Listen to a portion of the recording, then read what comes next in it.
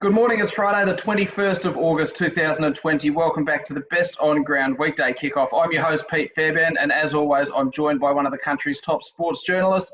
Today dialing in from Sydney we have the Sydney Morning Herald's Vince Rugari. How are you, Vince? Morning, Pete. Going well, mate. Going well. Yourself? Mate, going very well. Great to have you back on the show, always extremely popular guest. And mate, we're going to start off today with a story from your hometown in Adelaide. And just when everything was coming up smelling like roses for the Port Adelaide Football Club, absolutely flying, looking like a genuine premiership threat, we've seen a couple of their players in Dan Houston and Peter Laddams suspended by the AFL and the Power copping a $50,000 fine for a COVID breach. It's understood the players entertained guests at Laddams' house 3 weeks ago following Port Adelaide's win against the Bulldogs. Laddam lives with Adelaide player Billy Frampton. He was investigated as well, the Adelaide Crows tool, but cleared of any breach. But Laddams and Houston, it seems like deliberate attempts to disobey the COVID protocol. And as I say, they're stood down for 2 weeks and 3 weeks respectively. I want to ask you, and knowing that you're covering the Sydney Swans and the punishment around Elijah Taylor, who snuck his girlfriend into a West Australian hotel room and has been suspended for the rest of the season, are these Port Adelaide players a little bit lucky that they haven't copped the same sort of suspension, Vince? I don't think so. It might seem like it's rules for some and rules for others on face value, but I think we've got to remember Elijah Taylor broke West Australian law essentially. He's supposed to be serving 14 days of self-isolation quarantine with the team.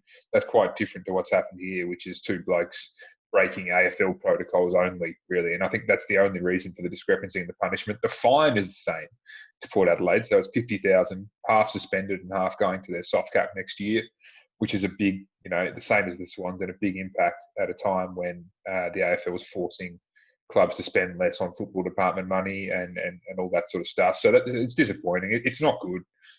Laddams is a great player, obviously, as well. He was very, very good. I think it was in that game against Richmond, kicked a few goals. But it is what it is.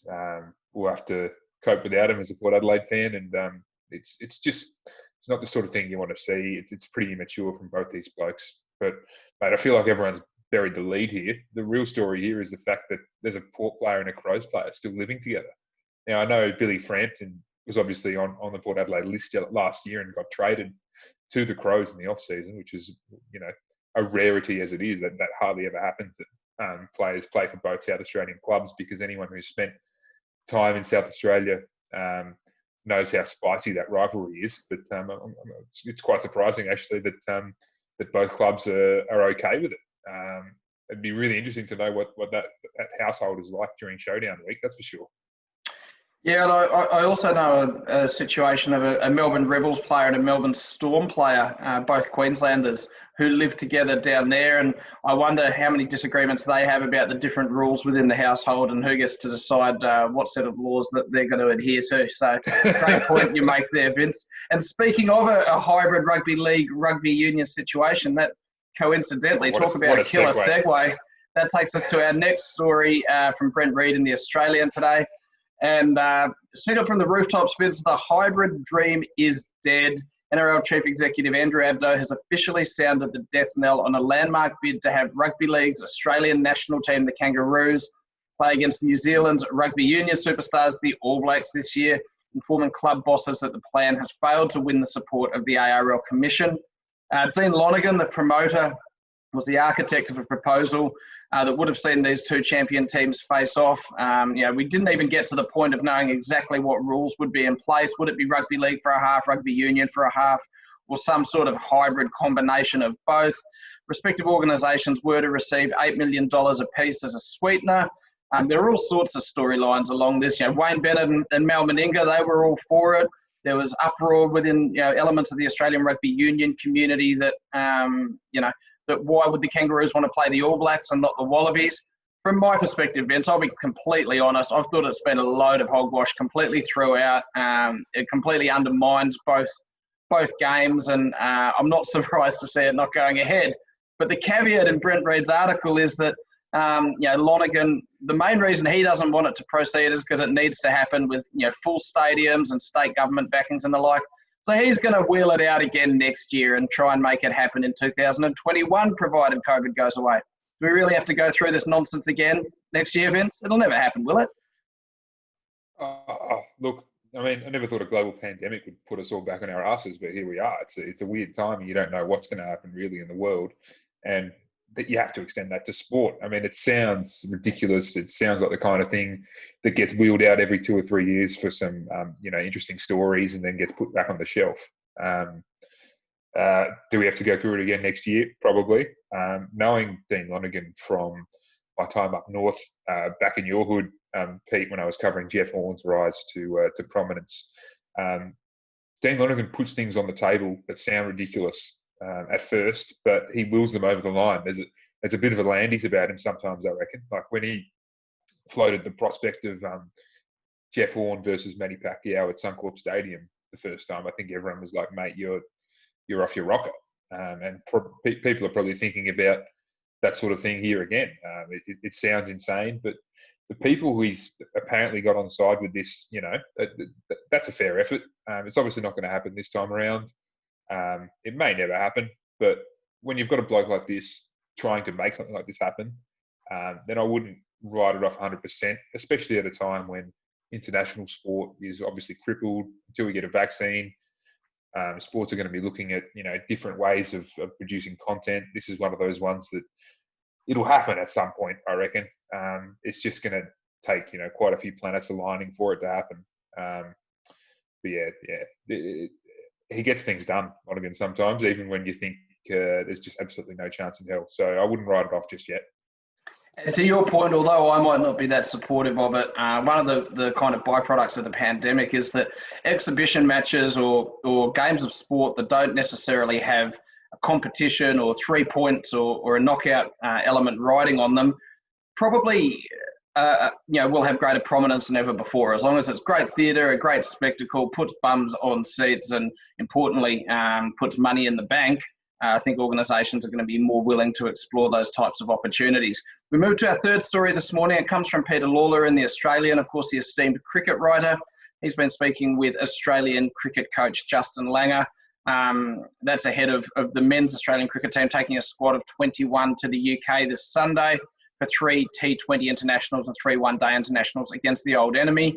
But Langer's speaking about, I guess, the different ways in which Australian cricket is going to have to adapt to the COVID pandemic in order to get both their international and domestic seasons up and about. This summer, talking about possibilities of Australia having white ball and red ball teams going into different hubs in different cities in order to ensure that they have players to play in both formats of the game if there is short turnaround. Talking about, of course, or encompassing the fact that some Australian players will be coming back to Australia via the Indian Premier League, which is being played in the Middle East this year. And also looking at how we can try and find a way to get Australia's top players competing in the Big Bash League this year. We know that that's so critical to that competition as well. So there's a fair few moving parts, I should say, in this situation here, Vince. We don't know where each of the test matches against India are going to be held yet for certain. We don't know whether the test match against Afghanistan is going to go ahead. Overall, when I look at this, I see a lot of uncertainty. But that being said, we've seen the same in the AFL this season with fixturing on the fly, adaptability based on certain situations in different states.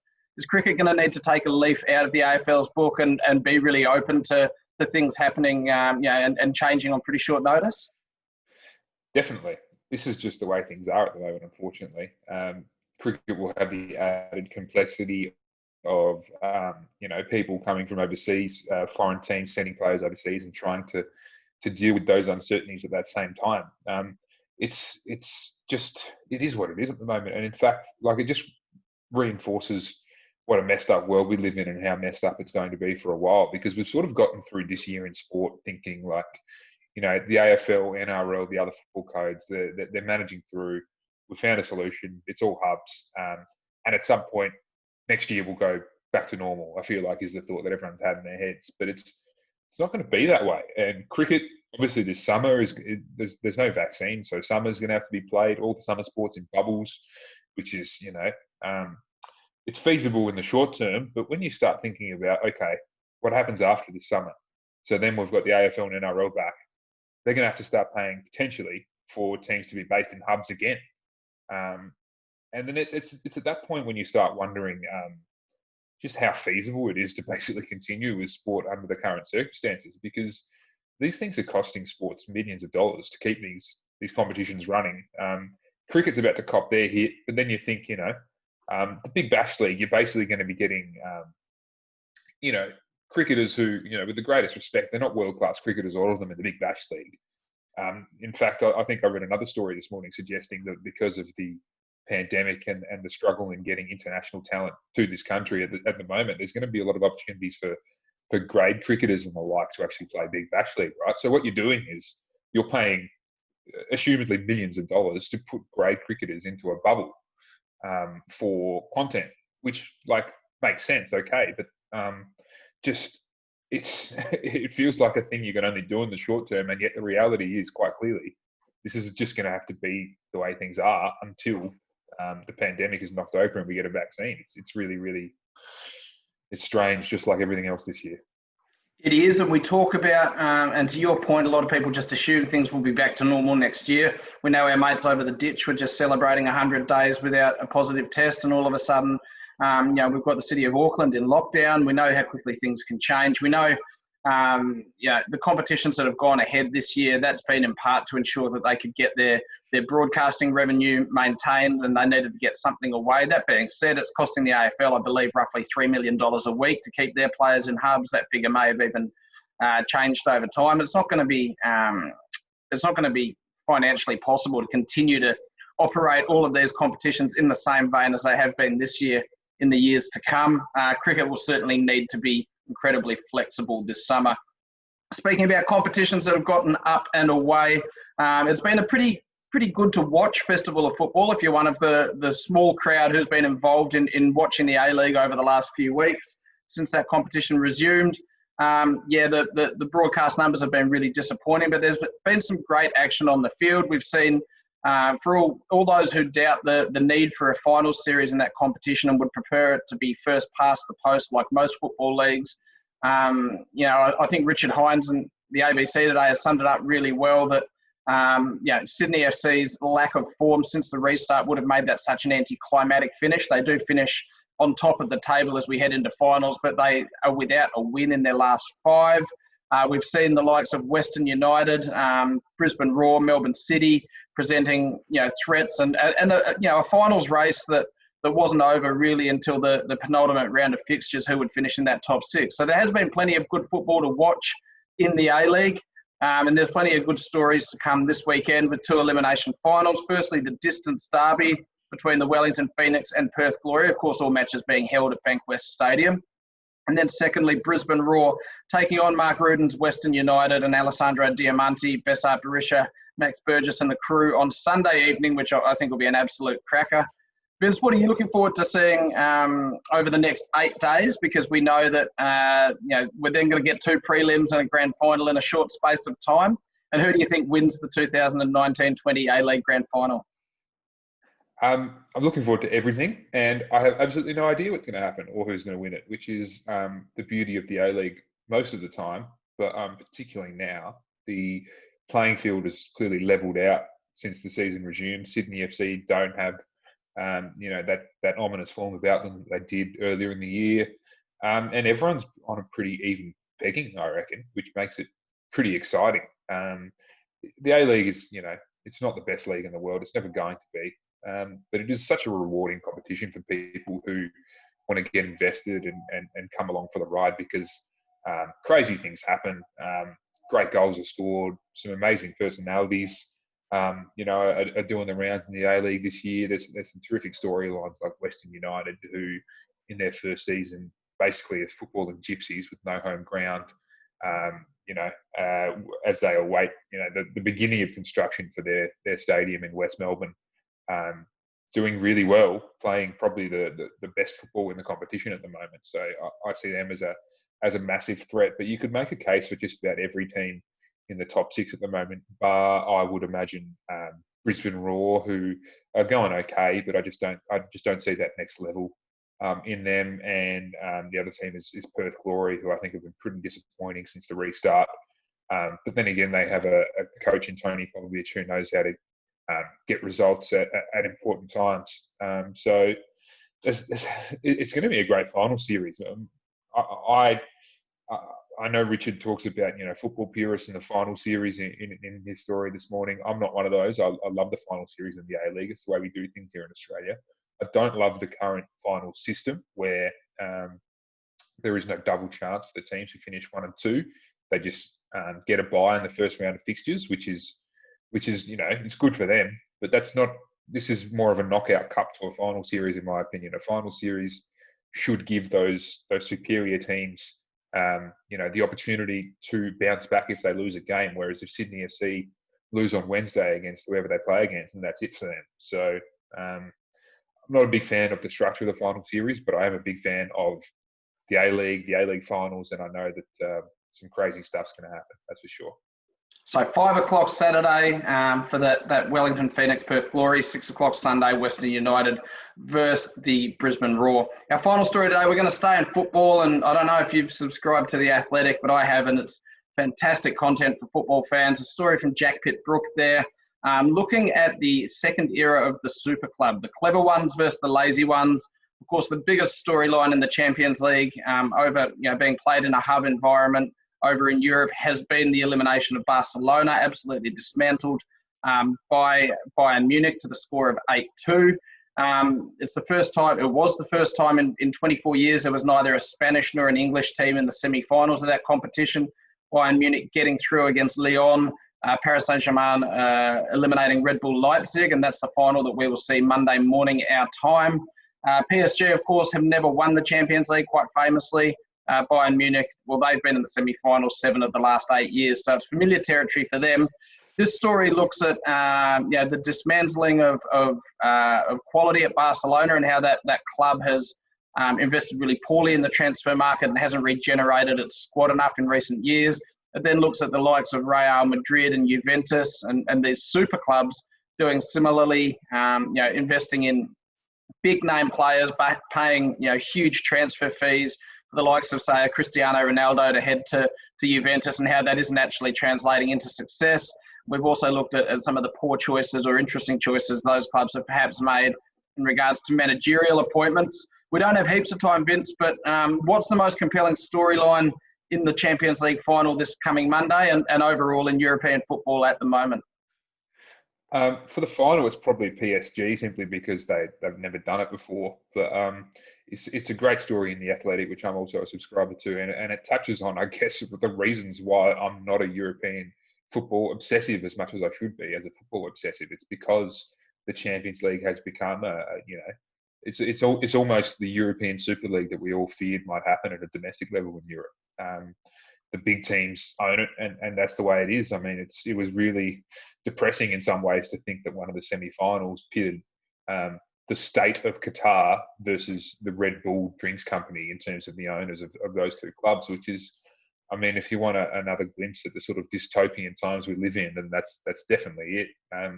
For me, the most compelling storyline in the Champions League this year was the rise of Atalanta, the Italian team from Bergamo, who have just come from absolutely nowhere because they were, I guess they are traditionally one of the smaller clubs in Italy, but have got to that level of football through their own ingenuity and smarts, not through the sheer amount of money they've pumped into their squad and transfer fees. And it's one of the things that turns me off European football, as much as the quality is obviously fantastic and the games are entertaining and the players are superstars. But I'm a person who I love the rise of clubs like that, and they're the exception rather than the rule at the moment when it comes to the UEFA Champions League. So I may not even get up for this one, but I'll certainly watch the mini match, that's for sure. And I'd say I'd back PSG in, but it's Qatar.